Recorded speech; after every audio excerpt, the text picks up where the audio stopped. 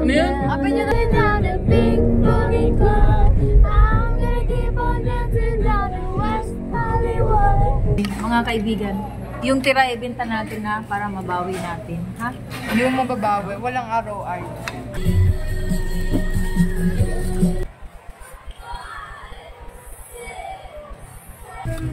Mas mabait.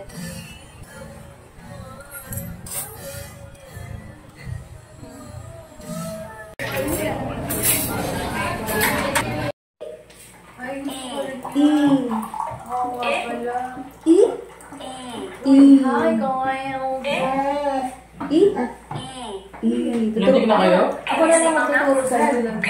Nandito kayo? English pronunciation. Ako na magtuturo sa iyo. Actually, ang nagiging problema sa akin, bakit hindi maayos yung pronunciation ko, balik-baliktad, makinig ka lang na. Hindi ko kasi iniisip yung spelling ng words. Yeah, katulad yan. Spelling dapat. Okay lang. Spelling. Spelling dapat. Oo nga, ano na Hindi. yan? Understandable na in the whole universe. Sanggita. Oh. Gusto mo ng 20? Oh, spell 20. B-E-N-T-E. Tama? Tama ba, Teacher Andrew? 20. 20, tama. O, bigyan mo ng 20. Bakit na lang to? Po. Ano yan? Unang po. Spell. Scripted na to, guys. Pero Spell una. si Una. Ano, spell unan. Yung Spell, parang spell naman yan is P-I-L-L. Spell. U-N-A-N. Paano kung is P-I-L-L? Spill. Oh. Tara na, dapat. Ang gulo. Alam mo, sa totoo lang, pinapagulo ng Amerika ang buong mundo, lalo na yung mundo ko. Dahil sa English na yan. Siyempre yan ang pagmamalaki dyan, yung pawis. Ayan, pero problema ng mga tao sa buong mundo, yung paglabas ng pawis nila. Kaya pag malaki mo yung pawis ko lang, ano yung pag malaki mo? Totoo ba? Oo. Kasama ka, problema mo yung pawis mo na hindi lumalabas. Kasi nagsimula yung hindi ako nag-mimit masyado Pero pag nag-workout naman ako, hindi lang ako yung alam mo yung nagpapawis kahit onting init. 25 minutes. Mga kaibigan, dahil nag-aral ako ng pronunciation ng consonants ng English, ay mag-i-English ako ngayon.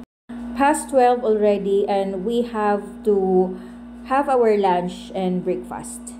When I woke up this morning at around 11 in the morning, I right away look, oh my God. Piste talaga. Mag-Tagalog na lang ako, hindi ako matapos mag-English ako. Kaya pagising ko kanina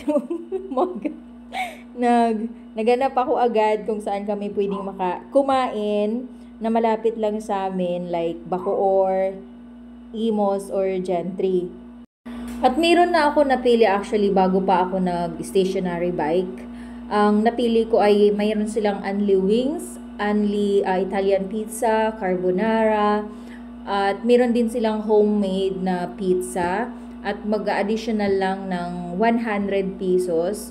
Sa 299 ay meron na rin silang Unli Shrimp. Kaya lang, si Sanggita ay nagda-diet siya. So, ayaw niyan kumain sa mga anlihan. At gutom na siya this time. So, sabi niya mag-cafe 10:23 na lang daw kami. Malapit lang sa amin yun kasi aesthetic nga daw doon. Maganda yung place. Kaya lang, pricey yung food nila doon. A la carte lang ang pwedeng order na nasa 300 plus.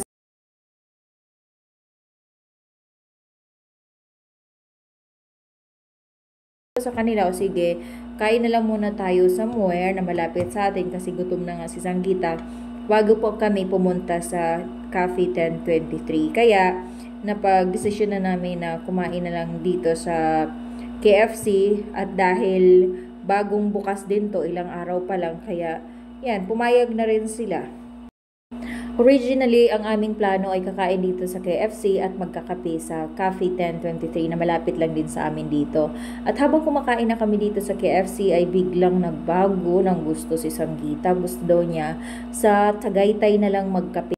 Ayun, nagbago na naman ng gusto, sa Tagaytay na lang daw kami magkakape. Kaya lang, sabi ko, daan muna kami sa bahay at meron akong kukunin at magbihis na rin si Iki kasi nakapambahay lang siya.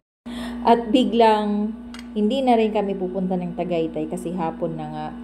Sa Dunkin Donut na lang daw magkakape, which is much better. O, diba? Tama yung pronunciation ko Dahil kung malapit lang din sa amin yung Dunkin. Sir, ito po yung spoon and fork. Tama po ba?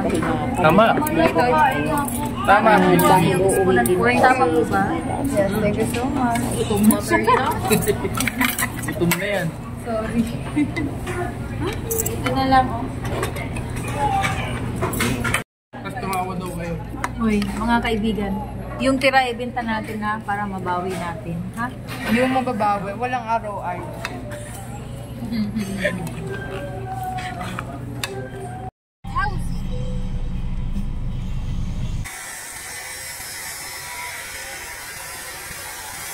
Si ate rin daw. Mangustin, ma.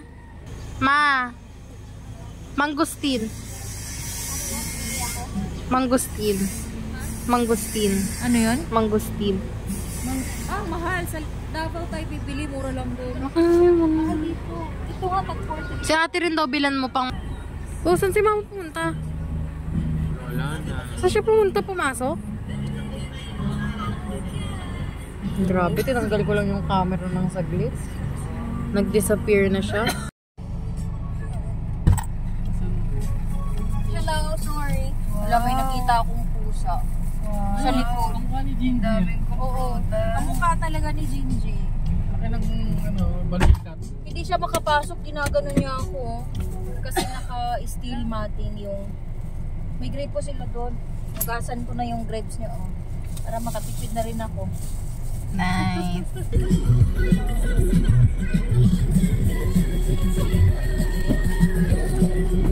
Wow! May personal assistant ang artista Masip-sip naman ng kape. Wait lang. Mainit ba yan? Hindi. Ito, akala ko na maliit kung bigay pero hindi. Ayan, ang isa pang artistang mas mabait. 270 lahat. Wow! May donut na yan. Donut it.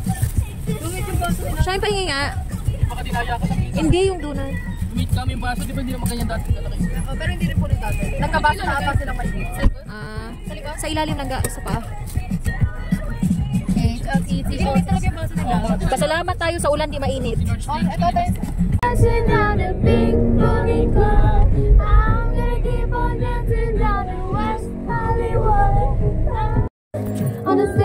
Ano yan? Ano yan?